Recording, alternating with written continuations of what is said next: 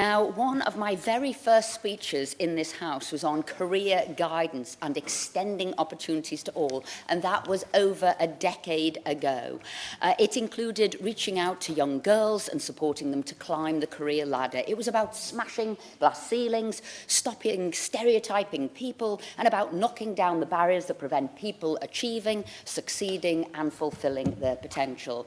I've written academic papers on this issue, worked on reports like the Gender Agenda and the Ideopolis report, and on the Merseyside Entrepreneurship Commission, which looked at the reasons why pupils from deprived areas were often half as likely to set up in business and double as likely to claim benefit than other people from other more advantaged areas. And how do we go about breaking those cycles? And the answer kept coming back to good, quality, consistent, regular career advice and meeting inspirational role models, people they could learn from, and, where possible, people from similar backgrounds that had managed to succeed, often against the odds, people they could really relate to, and people who would have an influence on what they were going to do as they got older.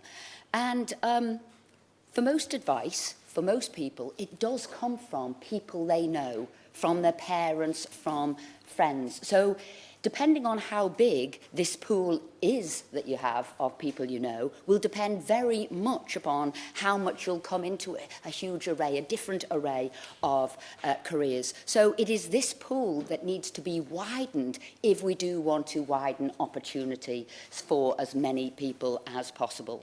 For how can children know what it is they want to do when they leave school if they aren't told about the career opportunities available to them when they leave school, the qualifications that they will need, and the different educational paths that they can take in order for them to get there? And you can tell, hopefully, that I'm as fired up by those issues today as I was over a decade ago.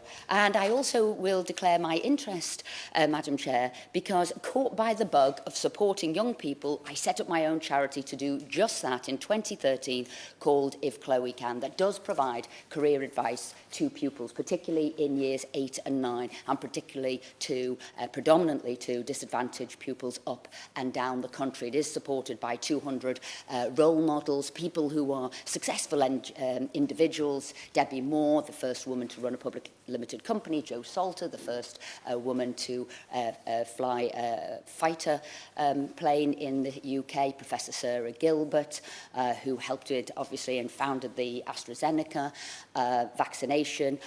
People like Nick Knowles, James Dyson, the list goes on. But the charity provides career advice and role models, and also things like confidence, things like goal setting, about planning, about communication, about resilience too, and assertiveness.